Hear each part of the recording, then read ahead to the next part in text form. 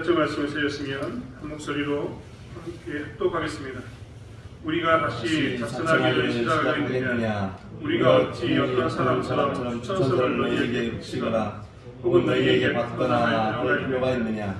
너희는 우리의 편지라 우리 마음에 썼고 무 사람이 알고 읽는 바라. 너희는 우리로 말미암아 나타난 그리스도의 편지니 이는 너로 쓴 것이 아니요 오직 살아계신 하나님의 영으로 쓴 것이며 또 돌판에 쓴 것이 아니요 오직 육의 마음판에 쓴 것이라. 우리가 그리스도로 말미암아 하나님을 향하여 이 같은 확신이 있으니 우리가 무슨 일이든지 우리에게서 나는 것 같이 스스로 만족할 것이 아니니 우리의 만족은 오직 하나님으로부터 나느니라. 그가 또한 우리를 새 언약의 일꾼이기에 만족하게 하셨으니 율법 조문으로 하지 아니하고 오직 영으로 함이니 율법 조문은 죽이는 것이요 영은 살리는 것이니라. 돌에 서서 새긴 죽게 하는 율법 조문의 직분도 영광이 있어 이스라엘 자손들은 모세의 얼굴에 없어질 영광 때문에도 그 얼굴을 주목하지 못하였거든. 하물며 영의 직분은 더욱 영광이 있지 아니하겠느냐? 정죄의 직분도 영광이 있은즉 의의 직분은 영광이 더욱 넘치니라. 영광되었던 것이 더 큰 영광으로 말미암아 이에 영광될 것이 없으나 없어질 것도 영광으로 말미암았은즉 길이 있을 것은 더욱 영광 가운데 있으리라. 우리가 이 같은 소망이 있으므로 담대히 말하노니 우리는 모세가 이스라엘 자손들에게 장차 없어질 것에 결국을 주목하지 못하게 하려고 수건을 그 얼굴에 쓴 것 같이 아니하더라. 그러나 그들의 마음이 완고하여 오늘까지도 구약을 읽을 때에 그 수건이 벗겨지지 아니하고 있으니 그 수건은 그리스도 안에서 없어질 것이라. 오늘까지 모세의 글을 읽을 때에 수건이 그 마음을 덮었도다. 그러나 언제든지 주께로 돌아가면 그 수건이 벗겨지리라. 주는 영이시니 주의 영이 계신 곳에는 자유가 있느냐? 우리가 다 수건을 벗은 얼굴로 거울을 보는 것 같이 주의 영광을 보내 그와 같은 형상으로 변화하여 영광에서 영광이 있니 곧 주의 영으로 말미암음이니라. 아멘. 사도 바울은 자기가 섬겼던 교회에서 여러 가지 어려움을 경험하게 된다라고 말씀을 드렸습니다. 그 여러 가지 어려움을 경험하는 것 중에 하나가 무엇이냐면 사도 바울이 가짜는 아닌가라는 가짜 논란이었습니다. 왜냐하면 유대에서 온 사람들은 오늘 본문에서 이야기했던 것처럼 추천서를 하나씩 가지고 왔기 때문입니다. 이 추천서는 그냥 누가 누구를 추천한다 이런 글자가 아닙니다. 우리도 오늘날 어떤 문서가 필요하면 무엇을 하냐면 그 문서에 맞는 공신력 있는 기관에서 발급된 증명서를 요구할 때마다 그 증명서를 받아옵니다. 가끔 우리는 신분증을 검사할 때 주민등록증이나 운전면허증을 주십시오라고 이야기를 듣습니다. 주민등록증을 보고 그 주민등록증을 보면 국가에서 이 사람은 대한민국 국민이다라고 인정해줬기 때문에 국가의 공신력 때문에 그 주민등록증을 통해서 나라를 확인하는 겁니다. 신분증도 마찬가지입니다. 하지만 평상시에는 이렇게 하지만 만약에 좀 더 엄격한 문제가 생기면 즉 예를 들어서 은행에서 돈을 받거나 돈을 빌리거나 혹은 집을 사고 파는 일, 자동차를 사고 파는 일이 있다면 우리는 더욱더 공신력 있는 그런 증서들을 요구받습니다.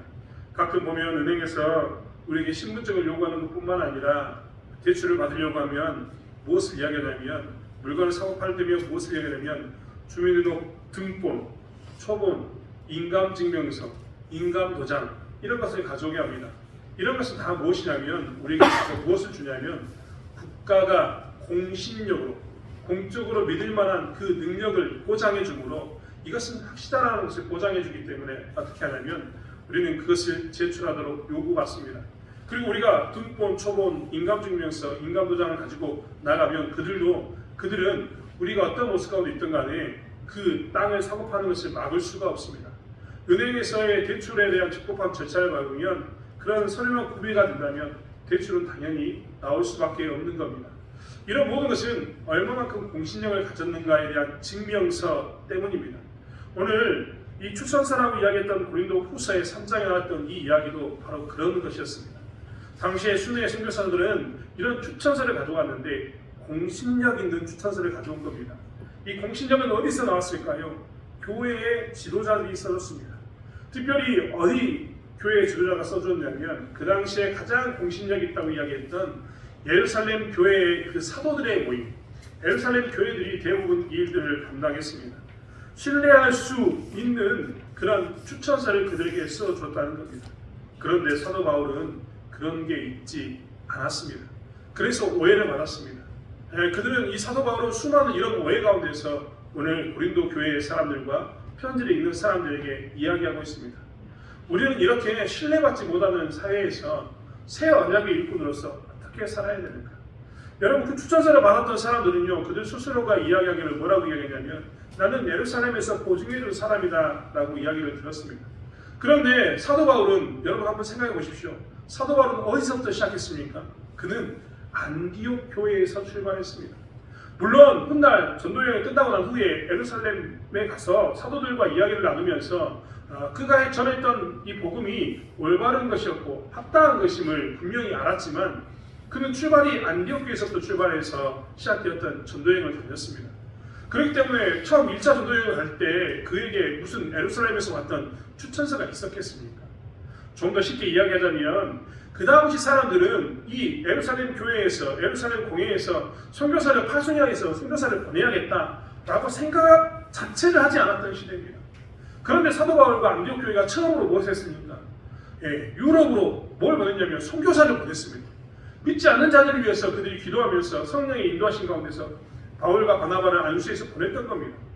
안디옥 교회에 정말 탁월한 이 자기들의 지도자였음에도 불구하고 그들은 하나님의 성령의 인도하신 가운데서 그들을 보내라고 이야기하니까 기꺼이 보냈습니다.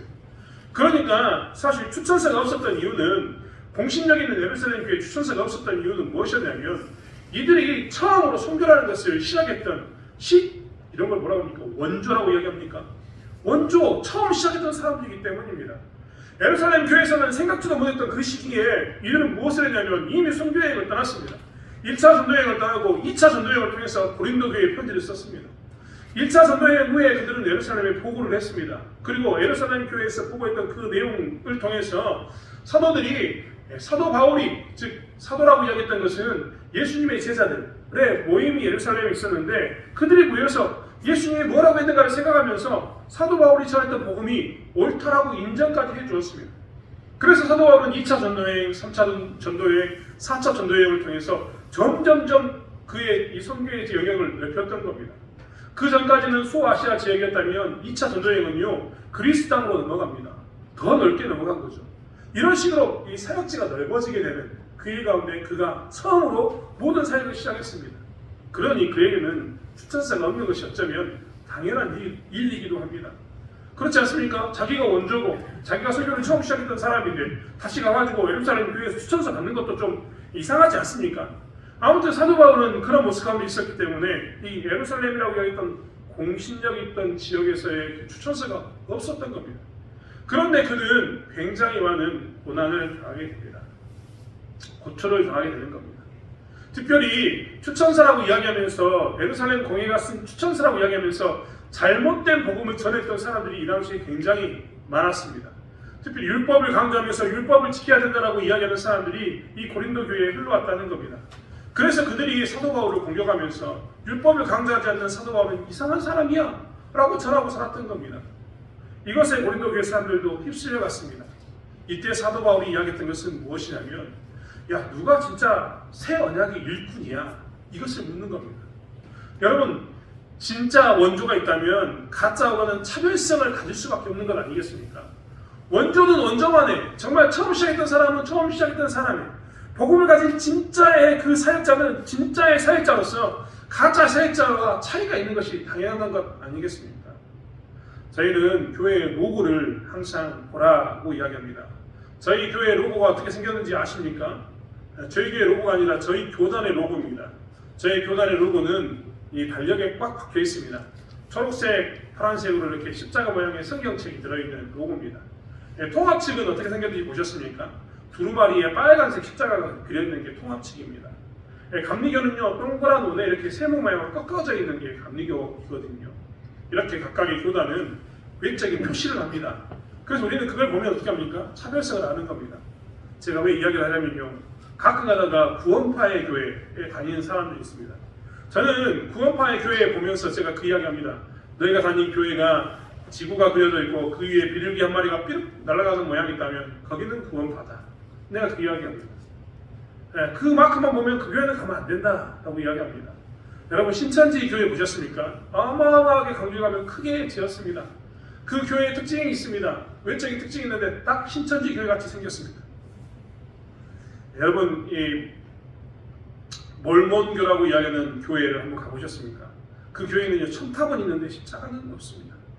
카톨릭을 가보셨습니까? 카톨릭은요, 지붕 꼭대기에 닭을 만들어 놓거나 예수님의 형상을 이렇게 만들어 놨습니다. 우리는 그것을 볼 때마다 외적인 표시를 통해서 뭐라냐면 구분해 냅니다. 여기는 교회, 여기는 천주교, 여기는 이단, 여기는 구원파, 이렇게 우리는 구별해 낼 수 있는 겁니다. 그런 것처럼 사도 바울이 가지고 있는 진짜 복음을 가지고 있는 새 일꾼, 그리스도 예수를 믿으면서 왔던 진짜 일꾼은 무엇을 가지고 있었냐면 이 차별성이 있었다는 겁니다. 당시에 가지고 있었던 그들과 다른 진짜 참됨을 가지고 있었다는 거죠. 사도 바울은 지금 그런 참됨을 가진 사람, 진짜 원조인, 복음만을 증거하는 그들은 새 언약의 일꾼이다라고 사도 바울은 구분해서 정의를 내리고 있습니다. 그리고 새 언약의 일꾼은 기존에 있던 일꾼들, 잘못된 것을 가르친 사람들과 구별된다라고 이야기합니다. 새 언약의 일꾼들은 정말 자기들이 원조이고 참되기 때문에 비록 추천서가 있지 않아도 구별된다라고 이야기하고 사도 바울은 계속해서 말하고 있는 겁니다. 사실 그리스도 예수를 믿는 우리들은 새 언약의 일꾼들입니다. 새 언약의 일꾼이라고 했던 이야기는 언약이 이전에도 있었단 말입니다. 이전에는 어떤 언약이 있었느냐? 성경이 이야기하는 것처럼 아브라함과의 언약이 있었습니다. 다윗과의 언약이 있었습니다. 율법을 통한 언약이 있었습니다. 우리는 그동안 성경에 수많은 이런 언약들을 만나고 있었습니다. 모세를 통해서 줬던 시내산의 언약은 율법에 대한 언약 아니겠습니까? 그런데 이런 율법으로 완전하지 않아서, 이런 율법으로서는 구원할 수 있는 방법이 도저히 없어서, 이런 율법으로는 도저히 죄의 문제로 인해서 죽어가는 우리의 생명을 구원할 수가 없어서 하나님께서 최후의 수단으로 주신 것이 무엇이냐면 예수 그리스도를 보내시고 은혜 언약이라는 새로운 언약을 우리에게 세우셨습니다. 그리고 누구든지 이제는 예수 그리스도께서 나를 위해서 십자가에 못 박히신 그 사건을 믿고 그 입술로 고백하면서 그것 가운데서 내가 말씀대로 예수 그리스도의 은혜의 그 말씀대로 산다면 그 사람을 뭐라고 하냐면 새 언약 은혜 가운데 있는 일꾼이라고 우리에게 명령하셨습니다. 즉 새 언약 일꾼은 예수 그리스도의 은혜 가운데서 우리가 이제 새로운 삶을 살 수 있고 오직 예수 그리스도의 은혜를 믿음으로 해서 그 예수께서 우리를 위해서 죽으신 그것을 믿음으로 인해서 우리가 구원받는다라고 죄 문제를 용서받는다라고 고백했던 사람들, 이 사람들을 뭐라고 해야 하냐면 사도 바울은 새 언약의 일꾼이라고 이야기합니다. 더 이상 율법의 조문에 묶여 있어서 율법을 지켜야지 너희들이 은혜를 얻는다, 율법을 지켜야지 너희들이 살 수 있다고 이야기하는 옛 언약, 모세의 언약, 율법의 언약을 뭐라고 이야기하냐면 이제 끝을 내고 은혜 언약 가운데 너희가 살 수 있다라고 이야기하면서 했던 그 사람에 대해서 새 언약의 일꾼이다라고 이야기한 겁니다. 그리고 새 언약의 일꾼은 더 이상 추천서에 의해서 좌지우지 되는 게 아니라 새 언약의 일꾼들은 이것을 통해서 구분할 수 있다. 새 언약의 일꾼들은 이렇게 살아야 된다라고 사도 바울은 이야기하고 있는 겁니다. 새 언약의 일꾼으로서 제일 먼저 사도 바울이 강조했던 것은 무엇이냐면 신뢰할 수 없는 시대에 신뢰할 수 있는 사람이 되라라고 이야기합니다. 새 언약의 일꾼은요 반드시 신뢰할 수 있는 사람이 되야 된다는 겁니다. 여러분 고린도 교회의 상황을 보십시오. 그 당시에는요 신뢰할 만한 것이 없었습니다. 우리도 처음에 이야기했던 것처럼 우리의 사회 가운데서 내가 여러분 어디서 은행에서 신분증을 보게요, 그 다음에 운전면허증을 보여주세요, 등본과 초본 이런 것을 가져와 주세요라고 이야기하는 모든 이유는 뭐냐면 나는 너를 믿을 수 없다는 것이 전제되어 있기 때문입니다. 말이 좀 웃깁니다. 우리나라 사람들은 다 믿어주는 거 아닙니까? 라고 이야기하지만 사실 오늘날의 사회는요 신뢰의 사회라고 이야기하지만 신뢰를 위해서 무엇을 밑바탕에 깔고 있냐면 불신을 깔고 있습니다. 나는 너를 믿을 수 없는 겁니다. 내가 나가가지고요, 내가 은행 가가지고 나 박진순이요 라고 이야기해도 사람들이, 그 은행에 있는 사람들은 나에 대해서 나 박진순이요 라고 이야기해도 믿어주지 않는 겁니다. 나를 믿지 않기 때문에 나를 믿을 만한 것으로 뭘 내놓으라고 이야기합니까? 신분증을 내놔라. 나를 믿지 못하니까, 내 말을 믿지 못하니까 나에 대해서 뭘 내놓으라고요? 민증이나 초본이나 혹은 인감을 내놔라 라고 이야기하는 겁니다. 나를 믿지 못하니까 너를 믿을 만한 것을 내놓으라고 이야기하는 것이 오늘날의 사회입니다. 대부분 오늘날의 사회는요, 불신을 근거로 해서 신뢰를 쌓아갑니다. 믿지 못하니까 여러 가지 증서들을 통해서 신뢰를 쌓아서 그럼 믿어줄게, 이런 시대인 겁니다. 사도 바울이 살고 시대는 어떤 사회였을까요? 별 차이가 없습니다. 그 당시에도요, 많은 순례자들이 찾아와서 순례자들이 이야기하기를 뭐라고 이야기하냐면, 나는 하나님 믿는 사람이요, 내가 진짜 진리를 가진 사람이고 내가 진짜를 가진 사람입니다라고 외쳤지만 그 당시에 사람들은 믿어주지 않았던 겁니다. 그러니까 내가 진짜라는 것을 증명하기 위해서 이 뒤에 왔던 사람들은 뭘 가지고 왔다고요? 추천서를 가지고 온 겁니다. 야, 네가 나를 못 믿어도 추천서를 믿을 거 아니냐. 네가 나를 정말 못 믿겠지만 예루살렘에서 써준 이 추천서 보면 네가 나를 믿을 수 있지 않아? 라고 이야기한 겁니다. 그런데 사도 바울은 새 언약의 입구는 신뢰하지 못한 시대에서, 이런 시대에서 추천서를 의지해서 사는, 이런 추천서를 중심으로 사는 이러한 삶이 아니라 뭐라고 이야기하냐면 신뢰할 수 있는 사람 자체가 되라고 이야기합니다. 신뢰할 수 있는 사람 자체가 되라는 겁니다. 사도 바울은요, 한 번도 추천서를 가지고 와가지고 내가 정말 공신력 있는 사람이다라고 이야기하지 않았습니다. 오늘 그는 오늘 이야기했던 것처럼 뭐라고 이야기하냐면 너희는 우리의 편지다라고 이야기하면서 내가 교회를 세우면서 내가 어떤 말과 어떤 행동으로 너희에게 복음을 전했고 내가 전한 복음으로 너희가 열매가 된 것을 봐라. 내가 복음을 전함으로 해서 누가 지금 예수를 믿게 됐습니까? 정말 예수를 믿지 않았던 불모지였던 한 사람도 예수를 믿지 않았던 그 지역에 뭐가 생겼다고요? 예수 믿는 사람이 생겼습니다. 그리고 교회가 생겼습니다. 사도 바울은 그것을 이야기하고 있습니다. 신뢰받지 못한 사회이기 때문에 사람들은 추천서를 가지고 신뢰를 세우려고 하는데 새 언약의 일꾼들은 추천서를 근거해서 나를 믿어달라고 이야기하는 게 아니라 열매를 통해서 나를 믿어달라고 보여야 된다는 겁니다. 특별히 사도 바울이 이야기했던 것처럼 너희는 우리의 편지라고 이야기했던 것처럼 너희의 사역의 자리에서 그들이 예수를 주로 고백하고 여러분 그렇지 않습니까? 내가 참됩니다. 내가 가르치는 진리 길이요 진리요 생명이신 예수를 내가 증거하고 있습니다. 그럼 내 삶을 통해서 보았던 내가 전했던 복음을 통해서 들었던 사람들은 그들은 뭐라고 고백할까요? 그들이 갑자기 복음을 전한 나를 교주로 삼아서 나를 높여줄까요? 그렇지 않습니다. 참된 진리를 가르치면 길이요 진리요 생명이신 예수를 가르치면 나에게 배웠던 모든 사람들은 무엇을 고백하고 사냐면 길이요 진리요 생명이신 예수를 고백하고 삽니다. 사도 바울이 하는 이야기는 똑같습니다. 너희가 우리의 편지다. 내가 길이요 진리요 생명이신 예수만을 증거했고 은혜만을 증거했고 새 언약을 증거하니까 너희가 옛날 언약 가운데 있지 않고 새 언약 가운데 있는 것이 아니냐. 너희가 내게 들은 바대로 길이요 진리요 생명이신 예수와 십자가의 은혜를 쫓아서 그 안에서 너희들이 거듭난 인생 가운데서 나는 이제 그리스도인으로 살겠다라고 고백하면서 이 믿지 않는 정말 불모지에서 예수 믿는 그 교회를 세우고 교회 안에서 너희들이 열매를 맺고 살고 있지 않느냐. 너희들이 나의 편지가 아니냐. 너희들이 나의 증거가 아니냐라고 이야기하는 겁니다. 즉 사도 바울이 계속해서 이야기하는 것은 추천서가 필요한 그런 사회에서도 그런 추천서를 가지고 너희를 증명하는 게 아니라 신뢰할 수 있는 사람이 되는 것으로 너희를 증명하라고 이야기합니다. 여러분 교회는 교회에서 교회로 옮길 때마다 이명서라는 것을 써줍니다. 이명서가 뭐냐면 옮길 자, 일명자를 써서 이명입니다. 즉 우리가 여러분 절대 오해하시면 됩니다. 여러분은 대참교회를 떠날 수가 없습니다. 정말 죄송합니다만 여러분이 집사가 되고 권사가 되고 장로가 되는 순간 이 땅에서 여러분은 교회를 절대 떠날 수가 없습니다. 그런데 여러분이 교회를 떠날 수밖에 없는 상황이 오는데 그것은 뭐냐면 여러분이 만약 서울로 이사를 갔습니다. 서울로 이사를 가게 되면 어떻게 될까요? 거리상 올 수가 없는 겁니다. 물론 올 수도 오는 사람도 있겠지요. 하지만 그게 너무 힘들면 그때는 뭐라냐면 교회에서 장로 교단인 우리 합동 측에서 합동 교단을 가게 하고 그 교단에 이명서라는 걸 써줍니다. 그러면 그들은 우리가 써준 이명서를 근거로 해서 교단에서 전화가 와서 서로 연락을 하고 난 후에 우리가 썼다는 것을 인정하면 그때 뭐라고 얘기하면 여러분의 권사의 직분을 그대로 인정해 줍니다.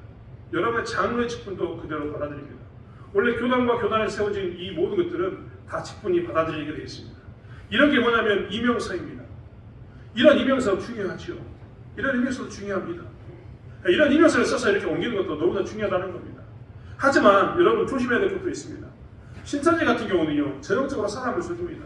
제가 이번에도 안타까운 이야기를 들었는데, 교회에서 그렇게 열심히 하셨던 어떤 권사님, 제가 아는 권사님이 신천지로 넘어왔다는 겁니다. 그 남편은 장로님이십니다. 그런데 신천지로 넘어왔다는 이야기를 들었습니다. 교회는 그들에게 징벌했습니다. 징계를 내렸습니다. 교회에서 내보낸 겁니다. 근데 재밌는 것은 뭐냐면, 그분들에게 이 신천지가 접근할 때 뭐라고 이야기하냐면, 자기들은 선교사다, 전도사다, 목사다, 이런 말을 이야기합니다. 그래서 자기는 선교사이기 때문에 내 말을 믿어라, 이렇게 이야기한다는 겁니다. 나는 전도사이기 때문에 내 말을 믿어라, 나는 목사이기 때문에 나를 믿어라, 이런 식으로 이야기하면서 뭘 이야기하냐면 직분을 가지고 자꾸 우리에게 믿어라 믿어라 믿어라 합니다. 근데 재밌는 건 뭐냐면 그 신천지에서 접근하는 이 선교사는요, 내 상황을 너무나 잘 알아. 쪽지게를 꼭 집어가지고 아는 것처럼 너무나 잘 알아. 왜 잘할까요? 이미 주변에 있는 사람들에게 다 파악을 해가지고 뭘 한다고요? 내 삶을 이미 다 파악하고 있습니다. 내 주변에 있는 사람들이 다 내 주변에 있는 신천지가 먼저 나에게 접근해서 그것을 다 정리해가지고 그 사람에게 줍니다. 그럼 그 사람이 와서 나에게 그런 이야기를 합니다. 선교사라고 했던 직분을 가진 사람이, 여러분 생각해 보십시오. 정말 내 상황을 딱 알고 내 상황에 맞는 말씀을 주니까, 내 상황에 맞는 말을 하니까 얼마나 혹하겠습니까? 그래서 그 사람들이 넘어갑니다. 여러분 교회에서요, 긴 시간 동안 권사로 살았고요, 중고등부 선생님으로서 긴 시간을 살았으면 굉장히 공부를 많이 했던 건 아니겠습니까? 공과일수록 얼마나 많이 배웠겠습니까?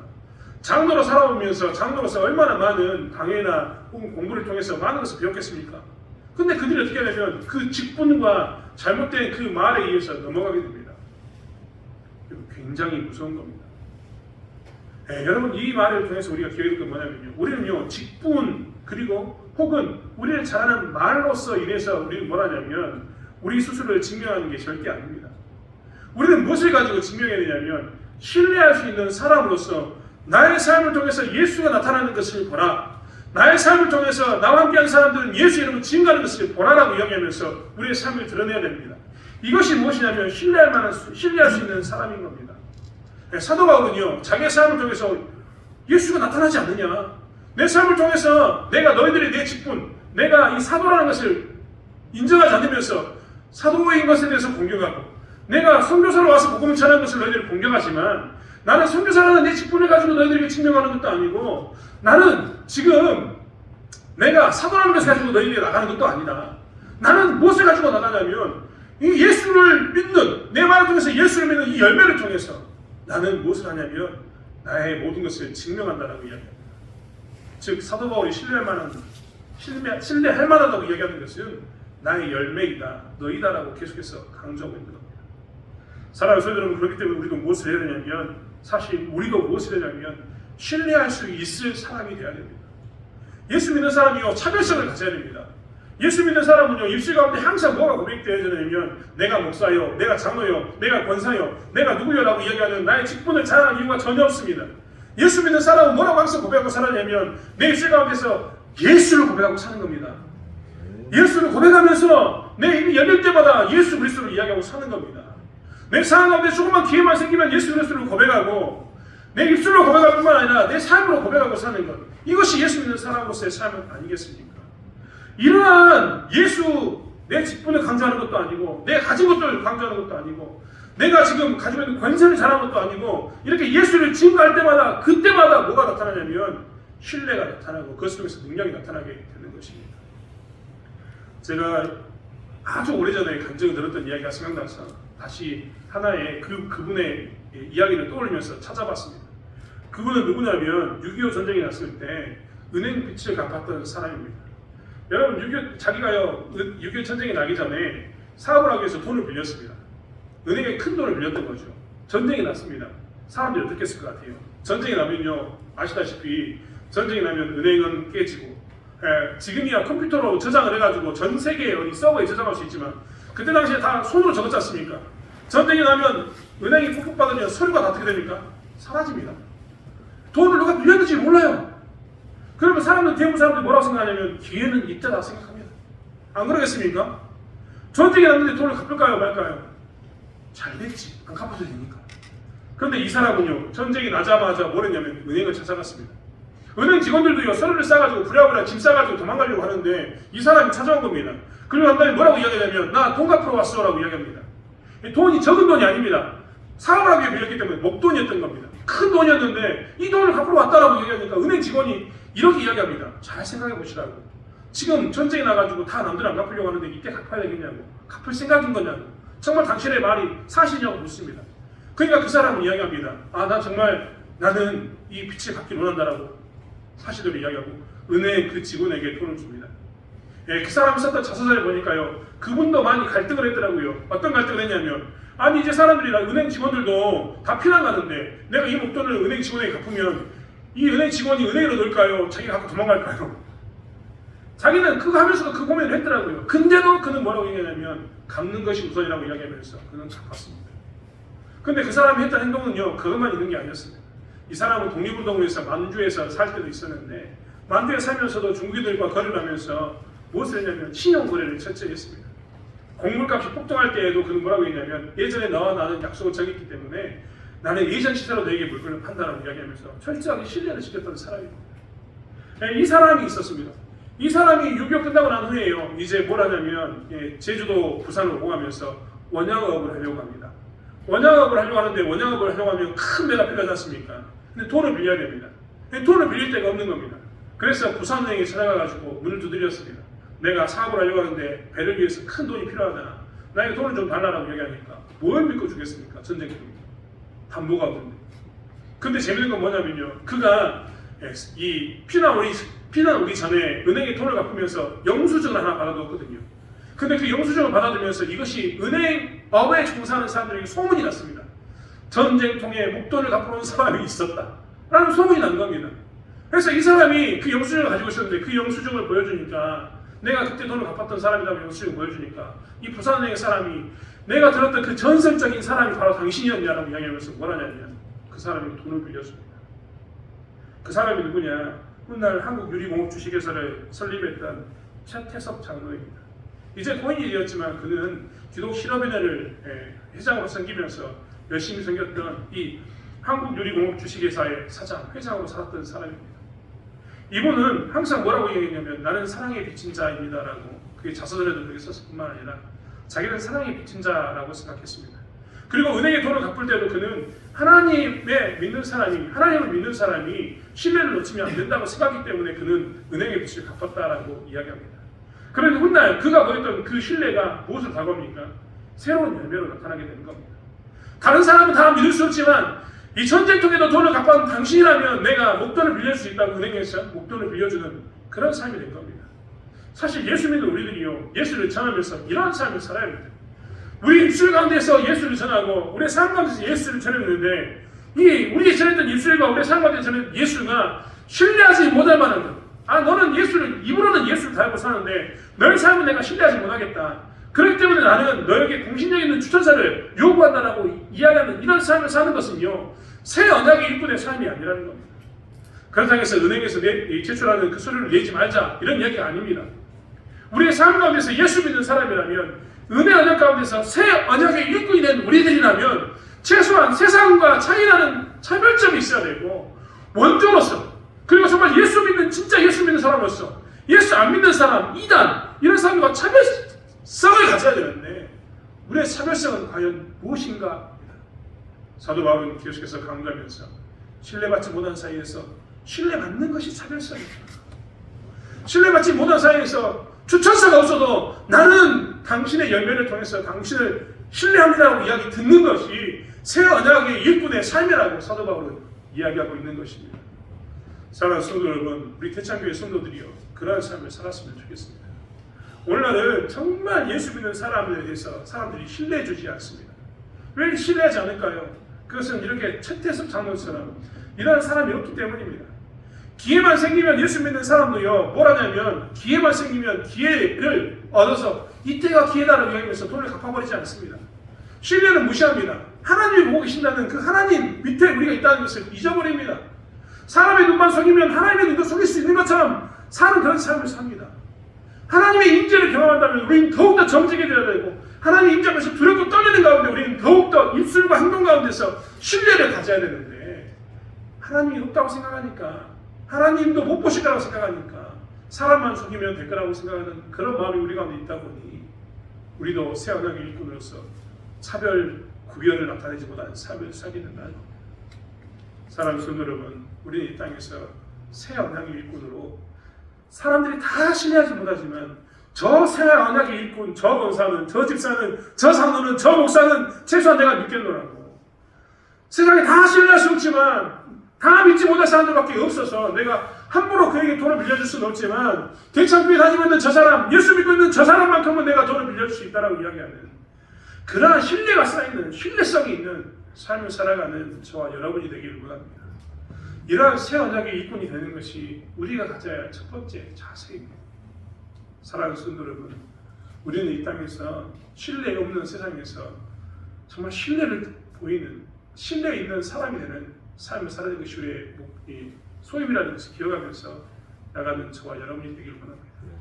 정말 저는 그런 이야기 들었으면 좋겠습니다. 일전에 제가 차를 타고 포천에서부터 저희 교회 쪽으로 오는데요. 제가 차를 타고 오다가 걸어가는 사람이 있으면 자주 태웁니다.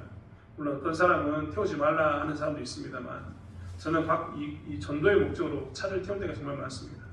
지금은 교회를 나오고 있는 우리 태혁이, 저기 한수에 사는 태혁이는요, 그가 걸어올 때마다 제가 차를 세우고 야 어디 가냐, 차 타고 가자 라고 물어봐서 태웠던 친구인데 어떤 때는 타고 어떤 때는 안 탔습니다. 운동한다고 안 탔던 모습이 있습니다. 제가 차를 태우면서 만났던 대부분 사람들은요, 제가 대창교회 목사요라고 이야기하면 차를 탑니다. 그렇지 않습니까? 봉고차가 뚝 썼는데 우리 교회 봉고차는 이름도 마크도 없지 않습니까? 근데 나같이 얼굴 험한 사람이 차 세워놓고 어디 가요? 한번 물어보면 누가 타겠습니까? 그런데 최근에 제가 굉장히 충격을 먹었습니다. 어떤 충격이냐면 제가 초등학생 아이가 걸어오고 있는데 아이에게 그랬거든요. 차를 세우고 집이 어디냐, 집이 먼 것 같은데 어린아이가 걸어오고 있으니까 태워주려고 또 전도하려고 대창교회나 목사인데 교회 차 타고 가면 되지 않을까 하고 이야기했더니 그 아이가 저에게 뭐라고 이야기했는지 아십니까? 제가 교회 다니는 사람인 것도 이야기하고 다 이야기했음에도 불구하고 그 아이가 했던 말은 한마디였습니다. 우리 엄마가 이상한 사람 차 타지 마라 그랬어요. 굉장히 사실 충격적이었거든요. 원래 정말 이 교회 다닌다고 이야기하고 목사라고 이야기해도 우리 엄마가 이상한 사람 차 타지 말라고 했어요. 목사도 이상한 사람이 된 겁니다. 교회도 이상한 사람이 사는 장소가 되어버린 겁니다. 이러한 시대 때 우리가 새 언약의 일꾼으로서 신뢰를 쌓아가고 신뢰 없는 사회에 신뢰를 만들어가는, 예수 믿는 것 때문에 우리는 결코 우리의 약속을 깨트리지 않는다는 신뢰, 우리는 예수 믿는 사람이기 때문에 생명이고 길이요 진리를 증거하는, 예수를 증거하는 사람으로서 신뢰할 수 있다는 것을 보이는 삶을 살아가는 저와 여러분이 되길 원합니다. 그러한 삶을 살았을 때 이 지역에 사도 바울이 고린도 교회를 세웠던 것처럼 교회가 세워지고 믿지 않는 자들이 하나님께 나올 줄 믿습니다. 새 언약의 일꾼의 소임을 잘 감당하게 되는 저와 여러분이 되길 원합니다. 기도하겠습니다. 하나님, 우리는 무엇으로 우리를 증명합니까?